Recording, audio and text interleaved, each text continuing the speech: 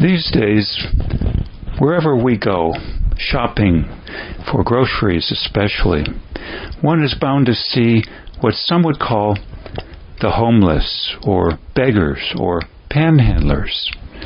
I'd like to talk about my experiences in this regard, and maybe share a new viewpoint or two. Now, I have to qualify this by saying that in certain respects I was lucky to have been raised by a grandmother and grow up on a farm in my childhood summers, and so I have a little bit of a different perspective.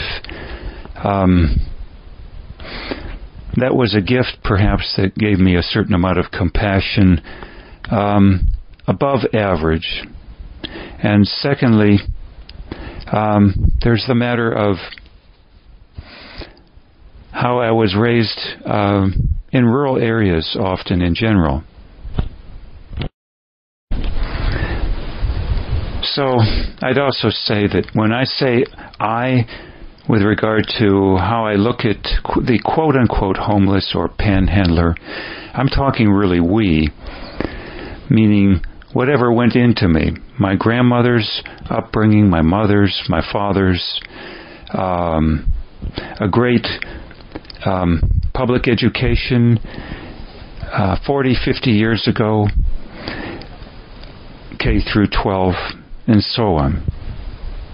So when I say I really mean we. So on to the show here and matter at hand. I first met my first, quote, homeless person or two when I was a GI in Germany.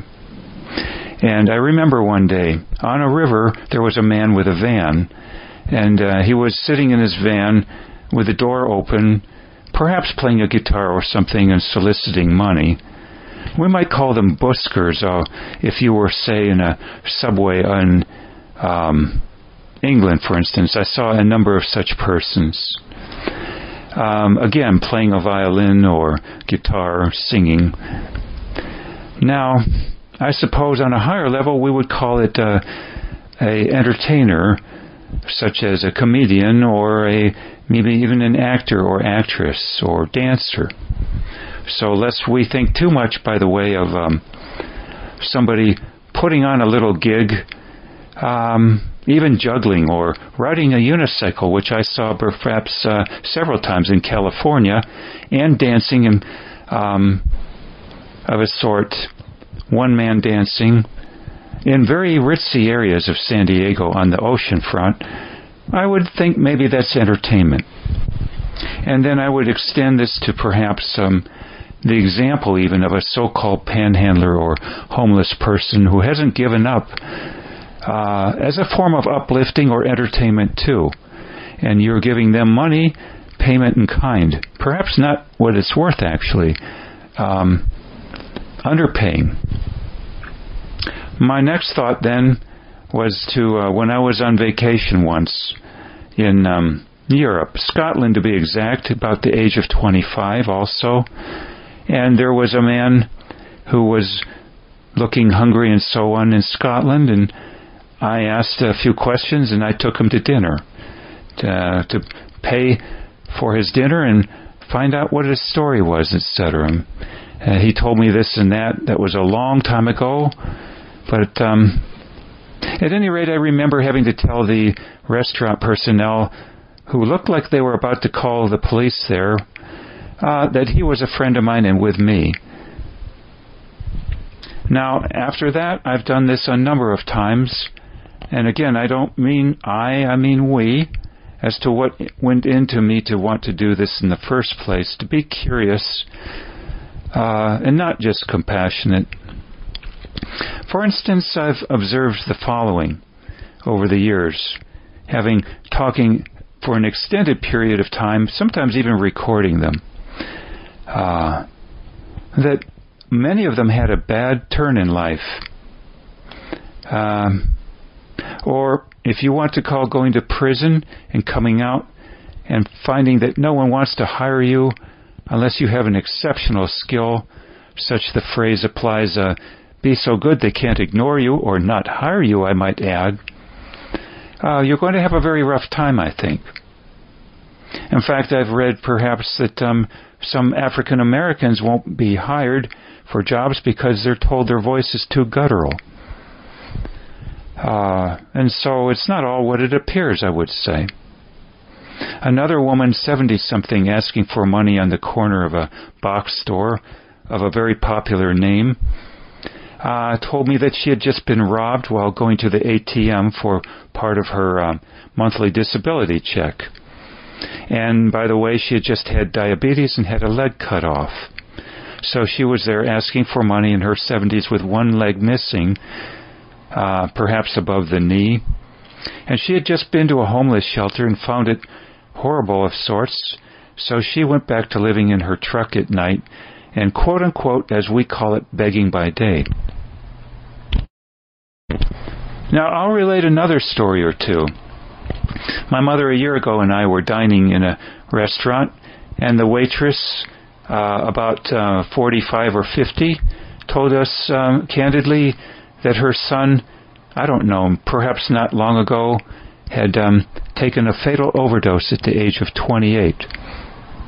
And so you have to wonder, why do all of these people I've met and talked with, sometimes bought them meals and even interviewed them on voice recording, why didn't any of them off themselves, so to speak?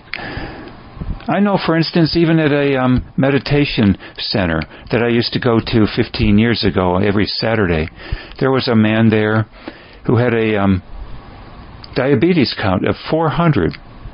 And he was quite intelligent. I'm sure he could have managed to learn how to run a test strip several times a day on his count and do whatever it took to get that number down to about 100. And yet he didn't. And don't tell me he couldn't afford the strips. The government will give him to you for free, I'm sure, if you asked. These days especially. So it seems to me that was a way of his offing himself, so to speak, in a manner that insurance would pay for it. Perhaps he was married, and the death benefits would have been beneficial to his children or wife or both.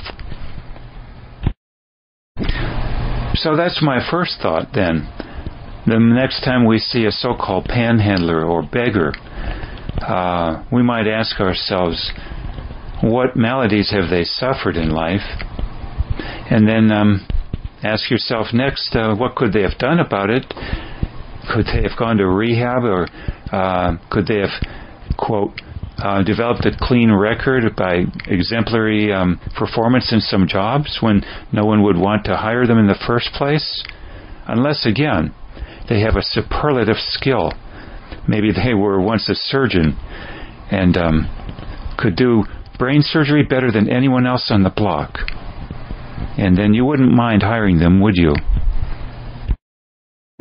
But if there's 10 people for every applicant to punch a cash register, perhaps they would be last in line to be hired, especially if of color. And I have to even correct myself by saying of color. I'm Caucasian, so I'm of color too. That's rather a derogatory phrase, I'm afraid. Now, I can tell you another story. I was in line for something a month ago, and curious about a man's cell phone that looked quite intelligent and functional-wise. I asked him about it, and we got talking. And he told me that he had been in college for 3 years in a psych program, a major, and then while delivering pizzas for part-time money, he was stopped and arrested several times while under the influence of marijuana.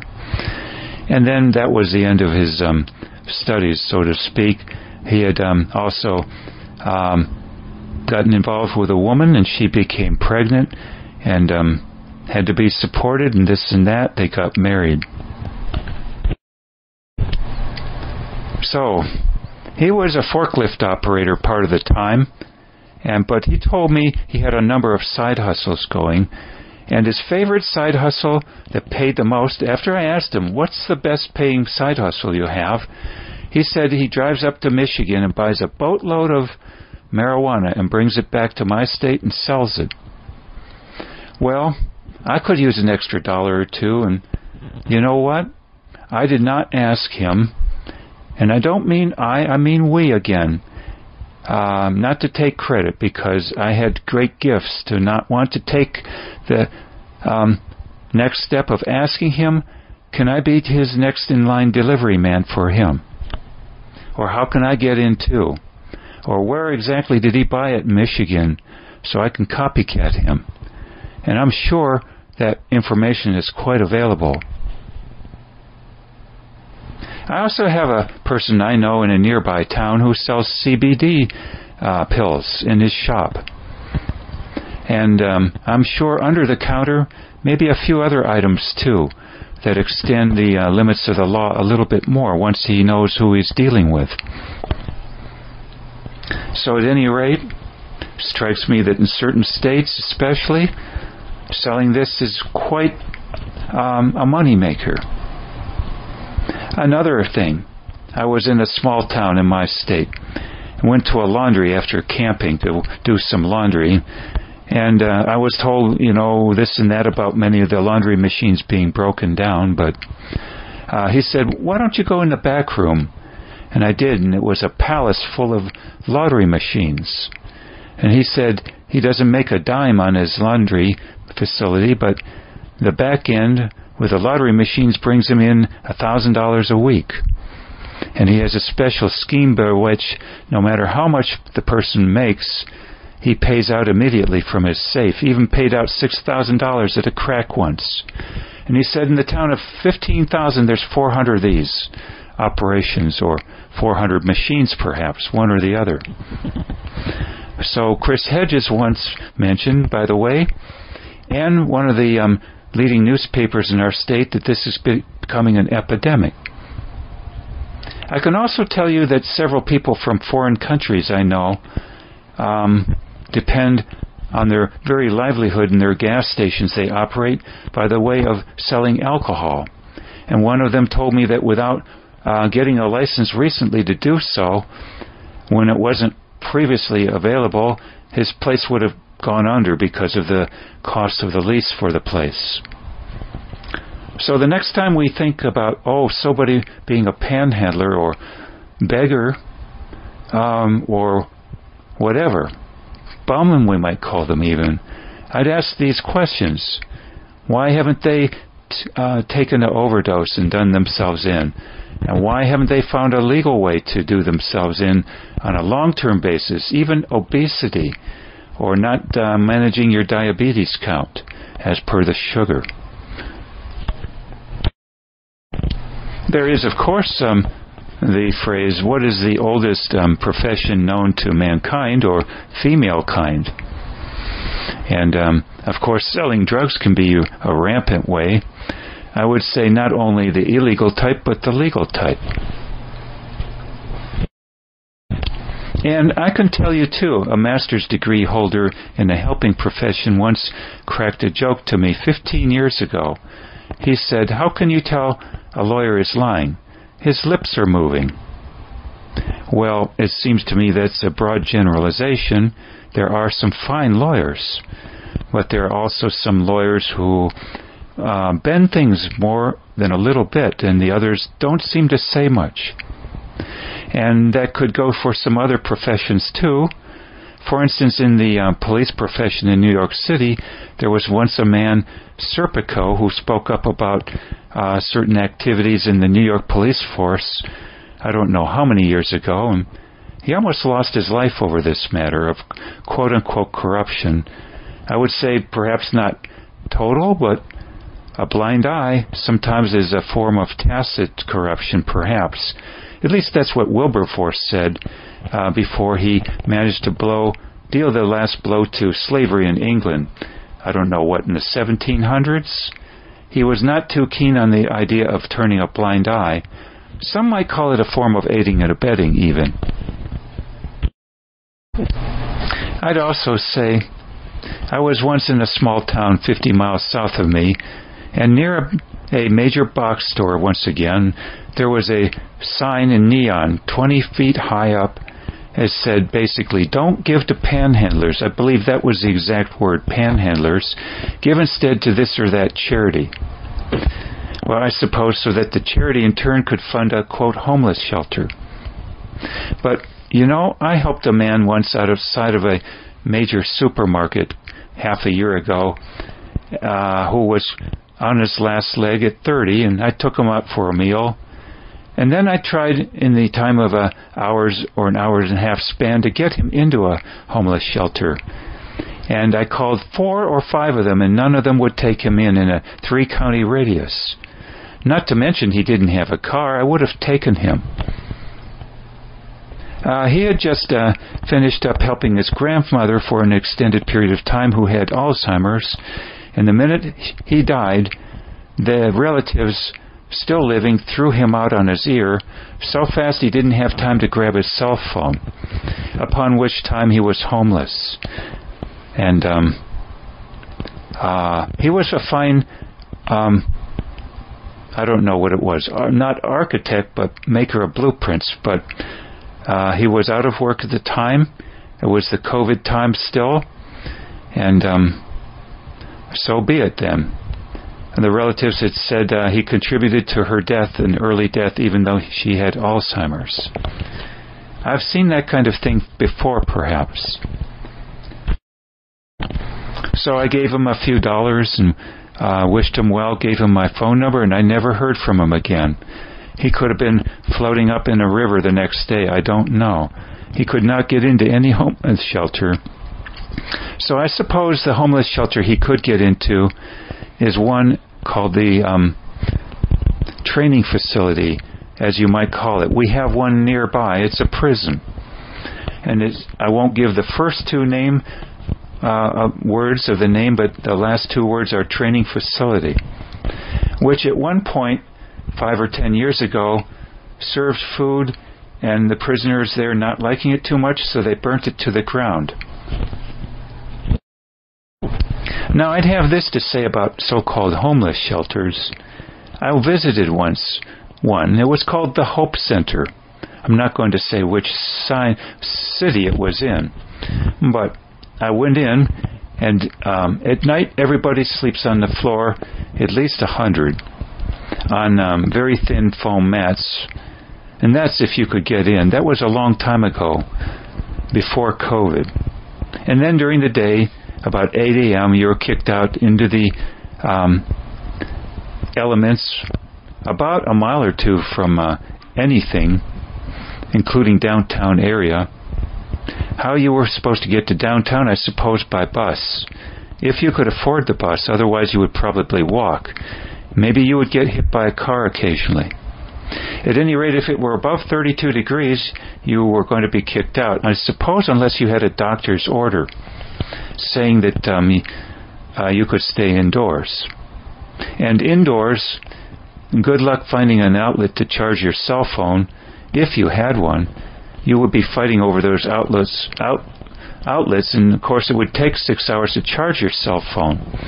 And can you sit there wondering this and that every time you would have to get up to go to the bathroom or stretch your legs? And they had, quote, security guards amongst the people who slept there at night to walk around making sure things weren't stolen from you. But I would wonder about that. And I would also wonder what lice and other vermin you might catch on those mats, or blankets if they handed them out too. Not to mention the TVs blaring during the daytime, people coughing right and left. Who knows what diseases you would catch? And when you're down and out, what better way to sell drugs to someone than to sell it to a fellow down and outer? Or to at least talk bad about this and that as to who had fired you or put you in prison or enabled you to end up there, or your stepfather and what he did to you. Guaranteed bummer on you. Just like if you go to prison, you may hobnob about how you got caught and what tricks to do not to get caught the next time. Or at least you're going to entrench a bad attitude in general, oftentimes anyway. And that's if you're lucky enough not to get in a fight and get kicked out or get in prison or who knows what. Noting, by the way, I have a next-door neighbor 5 feet from me that has a grandchild living with him, 13, who was bullied continually till one day he took his lunch pail and whacked someone over the head for doing it, upon which the boy doing the lunchbox whacking got a 3-day suspension. And I might mention, too, once kicked out in the elements, even if the temperature were peachy keen, who's going to want a, quote, bedraggled person walking around, occasionally needing a bathroom? Don't you think that people who serve and protect are going to want to serve and protect first the shop owners and customers coming in and out? In fact, I have a sister who lives in Seattle who says on occasion she used to have to, quote, step over the homeless to get to her headquarters building, which had a number of people with master's degree and PhDs working there. And so you have to wonder, who is it, by the way, we're calling homeless? She said many of them have drug addiction problems, but I can tell you 100% almost of people who go into rehab, and Russell Brand can tell you this too in England, a former actor and addict himself once, said, you go in with one addiction and you come out with a set of others. I'd say in this country, generally buprenorphine or methadone, and in England, methadone generally. This bothering a number of people there, and he's getting some people hot under the collar bringing it up, especially since he doesn't have a medical degree. But he has a lot of schooling in terms of the school of hard knocks that the medical personnel don't have as a rule, I would say. So I'd say probably my estimate, 50% or more of those who are put out on the street from a homeless shelter, if they could get into one in day hours, would find themselves picked up, processed into a combo of mental health and prison, all wrapped up in one ball of wax, upon which you would be, quote, medicated/lobotomized. And there is one state, it's either Virginia or West Virginia, that is so Johnny on the spot for all people getting out of, quote, training facilities or prisons, if you will, even gulags, formerly associated only with Russia, that they're so Johnny on the spot that within a week of getting out of the, quote, training facilities, they make it easy as pie to get your lobotomy drugs at the next door pharmacy of your choice or supermarket. And they streamline all the paperwork, so you just have to sign your name and it's all free then. So once you get picked up for, well, I suppose, vagrancy or maybe even urinating, who knows what, or just looking bedraggled and a danger to somebody, they would call you perhaps a danger to society, you would probably be processed in 50% of cases into a lobotomied state of being for the rest of your life, either in a psych ward or prison or gulag, if you will. Noting how the gang warfare there is nothing to write home about, nor dropping the soap. So the next time someone says that a homeless shelter is surely available, or a job available, or don't give to panhandlers, give to a charity that will support a homeless shelter, I would ask us to ask, what is a homeless shelter? And does it serve them 24/7? Generally not. What happens during the rest of the time they're not sleeping there and catching diseases or something, and are being robbed and informed of ways of living that will not be helpful, sold drugs, or offered a drug job, or just plain getting a bad attitude more and more entrenched, and a bitterness. That's what giving to charity would do instead of giving to a panhandler, so to speak, I'm afraid. I've talked to enough panhandlers, so to speak, who would rather sleep in their trucks. And by the way, I don't see them selling marijuana or mugging 80-year-old women either. And I definitely don't see them wielding a pen or telephone or computer or anything else called what I call word crimes, or even doing careers that some call, writing books even, compared to some things that are sometimes a bunch of word salads, if you will. Now, I could tell you one lesson I've learned from the, quote, homeless person, other than just an example of shining fortitude as to their not having offed themselves or jumped in a river, say, for that matter, as a form. Or there's even those who commit crimes so that they'll be put in a facility, or even provoke the police so they'll get shot as a form of death. This person was a shining example of how he's not done any of that, and more. I asked him, I wish I had the fortitude to ask for help when I really needed it, and still need it sometimes.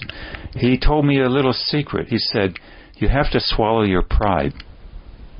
Well, it ain't that easy, is it, if we have issues about asking for anything in life and we don't feel deserving? But that might be one element of it.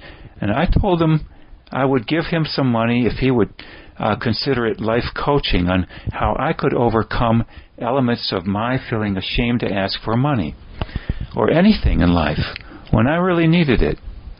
When I had an uncle for years who would drive by with me and the rest of the family in the car and say that this was a bum who you should not give money to. He's just going to go out and use it to get drunk. And he should go get a job. By the way, this man told me the other day that he's told that occasionally, and then he proceeded to show his foot to me that was limp and would not move after a back surgery, upon which that limp foot was incurred. That amongst other things, perhaps, including it being very difficult for him to find an apartment. I would say perhaps because people would say his credit rating was probably in the dumps. End quote, he had no job. And he was not wearing a suit and tie and had a beard. So he slept in his truck with his wife for some 3 months or more before getting an apartment, which, by the way, cost him more than his Social Security brought in, or disability, or one or the other. And so he continued to, quote, panhandle, if you will, for the money to cover what was not giving him adequate payment. His payment was $530 odd, and his rent was $590, with no air conditioning, by the way, in the sweltering heat. Now, I call that a shining example, even though he didn't have a smile on his face ever. And so he slept with his wife in the open flatbed of his truck for 3 months in the summer heat every night until he got this apartment, which was in a rundown ghetto area downtown of a major city. I'd say, too, a shining example to everyone of a thorn in the side, some might say, but a prod, too, to ask in our minds, well, what's going on here? And we would then question. I would urge people perhaps to dig, though, for more than just a question to the person occasionally, or a, quote, helpful hint like, oh, they're hiring here or there, or a dirty look, or even, you bum, to pry into a little more, if you would, of what's going on. And I've had, for instance, with this one person and his wife, at least half a dozen discussions, and in total over an hour. And we also talk over the phone. I'd also say this is one guy who would never stab you in the back with words or this is one man who would lay down his life for you, too. But he doesn't smile, and he has a beard. And he's holding a sign asking for money. I'd close with one final thought. I have a loved one who struggled for years, and she has availed herself of assistance from a physician. But you know the phrase, physician, heal thyself? I can tell you that it's an interesting question why someone would see a physician of this sort who really could benefit from some assistance himself.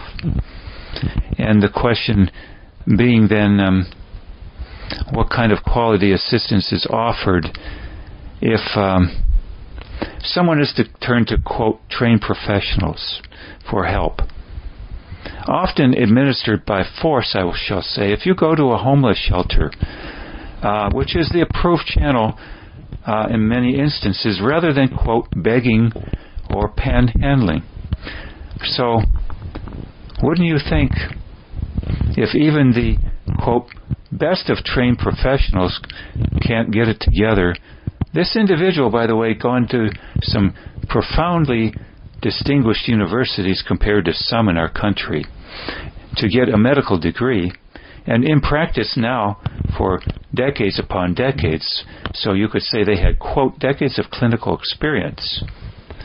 It seems to me, I would rather be panhandling than have to see such a person and be all doped up, or call it lobotomized, and not in a very kindly manner, perhaps. Not a shining example, anyway, of what one could shoot for in life. I'd rather get such assistance in pill form by mail illegally from India. If you knew how to, and a lot of people don't know how to anyway. They don't know how to operate a computer to do such online.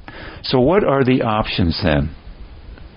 That's what I would ask. How do we define what a homeless shelter is if it has elements of questionality to it? And you're not in it 24/7 anyway, even if you could get in. Seems to me rather a gateway, just like they call marijuana a gateway drug, seems to me a gateway temporary housing for a lot of interesting things to come that many or most don't know a clue of. A clue, not a clue. And I'm only going to say one more time what might be obvious to more than a few, that there's more than one way to burglarize somebody than by stealing TV sets. There's more than one way to mug somebody than to knock over an 80-year-old grandmother for the $5 in her purse. Seems to me there are a whole lot of legal ways to do it. And I won't go down that avenue anymore talking on that. Maybe some of them are quasi-questionable at least. But it seems to me there are a lot of questionable things as to how to make easy money with little effective education and get away pretty squeaky clean. And I admire greatly the character of anyone, quote, begging or, quote, panhandling, who isn't doing this or anything near it. I can pretty well guarantee you that. So they have some of the finest character you could speak of, but is hidden under a little dustiness, shall we say. A beard, clothing that doesn't match, a smile missing, and often these people in very great pain.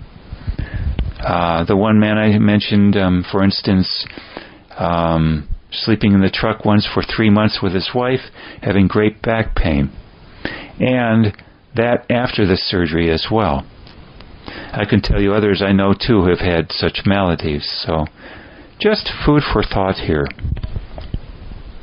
Whether we define someone as a panhandler or beggar or a hero and an example, and by the way, someone you could interview for free or just a few dollars, to find out all kinds of key information you will never see in a billion years in a book or hear from a trained professional.